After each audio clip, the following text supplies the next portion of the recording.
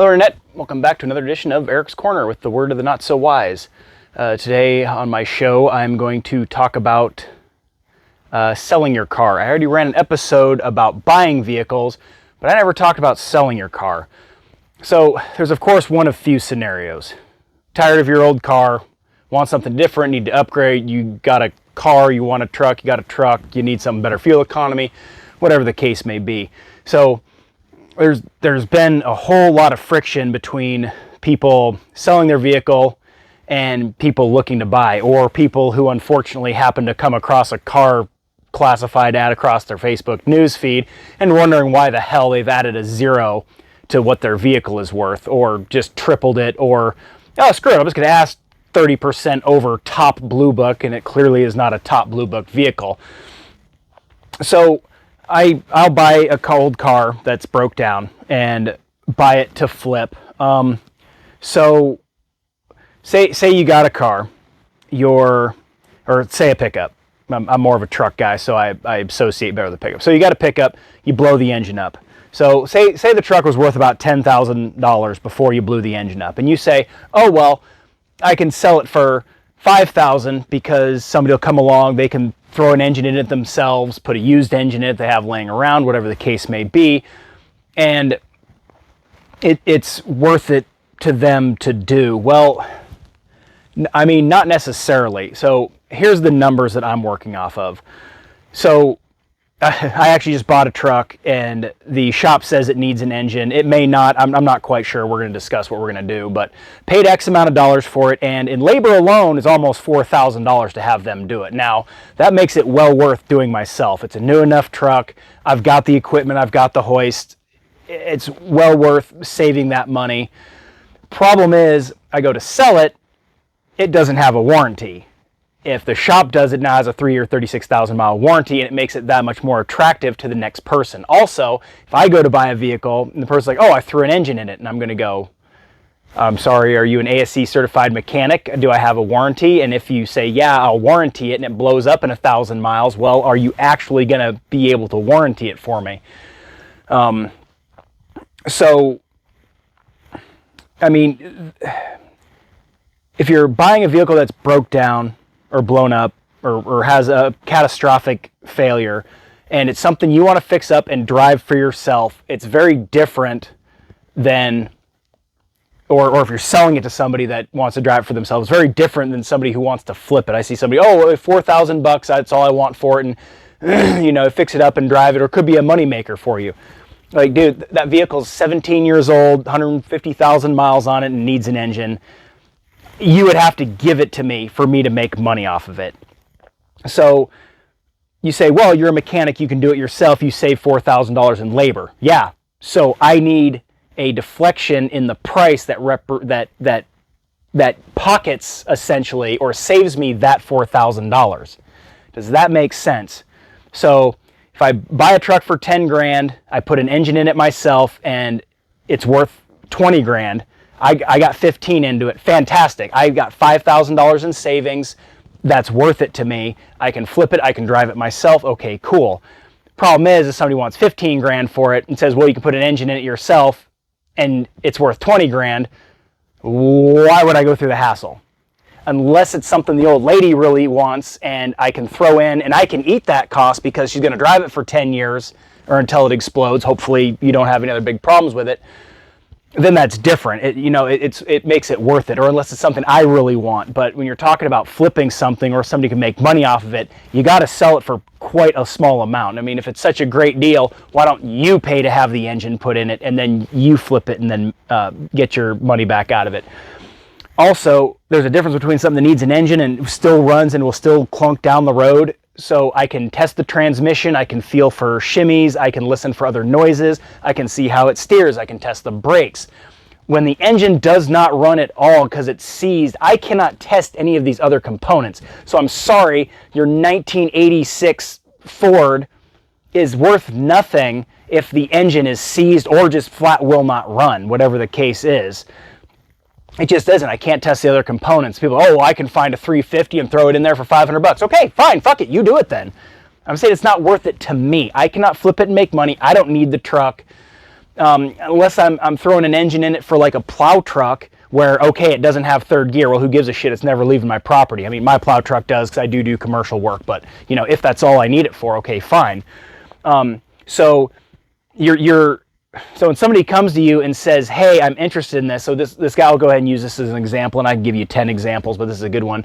Dude's like, okay, I think it was a 2000 F-150 in pretty good shape, only had 160,000 miles on it, so low mileage for the year.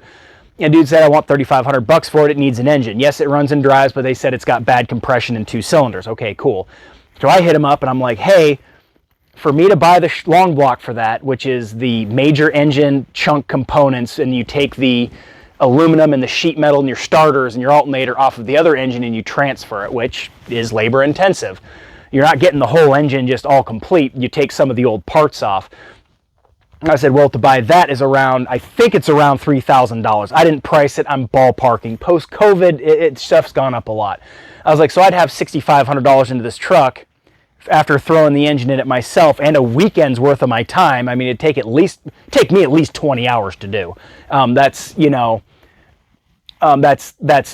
my lollygagging and so forth. I was like, so I'm at like $500. I can give you $500 for it. That's a fair price. I mean, maybe somebody give you more. I'm like, well, where did you get this price from? It's a 2000 truck. Again, if it's in immaculate shape, I mean, that's different, which it isn't. And he's like, well, the mechanic said that's what it's probably worth. I'm like, okay, it might be worth that in parts as a parts truck because it is a little lower mileage. But to throw a used engine in there for a 2000, let's say that's the last year they had the Triton 5.4. You could get a newer one, but again, let's just say that's the last year. A truck with average mileage, 12,000 miles a year, is going to have 150,000 miles almost on the engine, 130,000 miles. That engine's wore out. It is not worth taking the time to swap the whole engine. Now, doing an engine swap like that is kind of better because you take the whole engine out. You don't have to move anything over. Unless, of course, one has a better starter or alternator, and you just drop it in. Okay, it saves you a lot of time. You can do it pretty quick. Hook things up. It's pretty efficient, but you got this old engine in here that doesn't have enough juice left in it. I mean, if it goes 50,000 miles, fantastic, but it probably won't. So, in closing, if you're selling something with, hey, it's broken, you're gonna take a major hit on it. And I've seen people selling, like, say, a 2001 Silverado. 250,000 miles on it, a tree fell on it. And I mean bad, like crunched the driver's door down about this far, blew the window out, crunched half the cab. Oh, $2,500. I'm like, it's not worth that. That truck is worth nothing. It might be worth $500 for the axles to somebody. Again, 250,000 miles, they don't have a lot of parts, there's a lot of life left in them. Only really heavy, robust parts like the axles are really going to have any life left. I don't want any of the trim. I don't want the seats, especially since the window's blown out and it's been rained on all winter. Well, that's what Blue Book is on it. No, it was worth $2,500 before the tree fell on it. And oh, well, it's still got lots of good parts. No, it doesn't. Yeah, it's just befuddling. So trying to flip cars and get old cars and fix them up and so forth and flip them, being a seller's market for used vehicles being high should be good, but it's driven the price up of complete and total garbage. And with the cost of parts to repair things being up, there isn't anything in there. So that's selling your vehicle. I priced an engine for this other truck I'm looking at. The OEM long block for it is $11,000. So I would have 15 grand into replacing the engine in a half ton of 5.7 Hemi. You know what the power stroke in my 6.4 F450 cost when the last guy had it replaced? It was like 16 grand. So how a big diesel engine with labor is the same to replace as a half-ton truck now, that is absolutely freaking mind-blowing. So I'll get a short block for it, a remanufactured from another company that's reputable. I mean, they can do still a very good job. Like I said, comes with a warranty. So the price of new stuff for transmissions and engines is it's just sky high, which again makes the value of your broken vehicle even less. So I mean, yeah, I've bought some vehicles for pretty cheap unrunning, but I mean they pretty much gave them away. Yeah, $500, get it off my property. Cool. I can turn around and sell this thing for $1,500 for parts because it's a niche vehicle.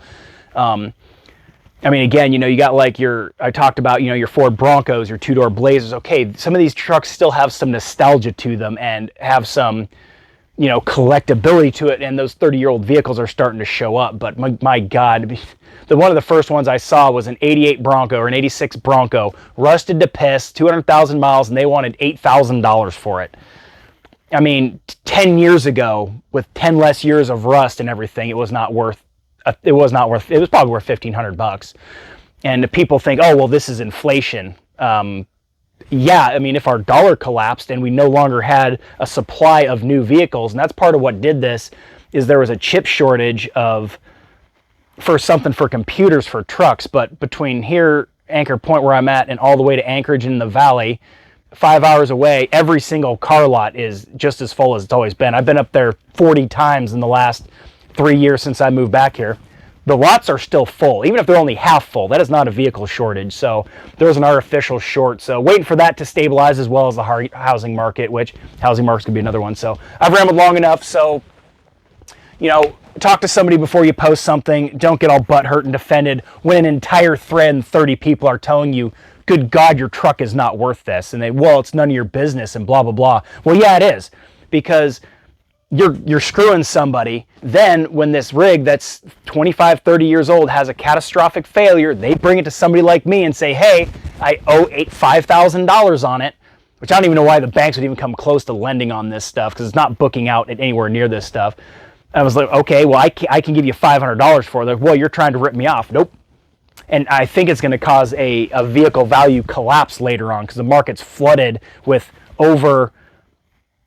undervalued and people are going to owe way too much on these things, and it's going to cause something bad on the back end. So, because when you have spikes, you're going to have drops. So, let me know what you think. I hope you learned something. I mean, I promise you, I'm not totally full of shit here. Maybe just mostly. Let me know in the comments what you think. If you like what I have to say, keep following me here on Eric's Corner. So, have a good rest of your week.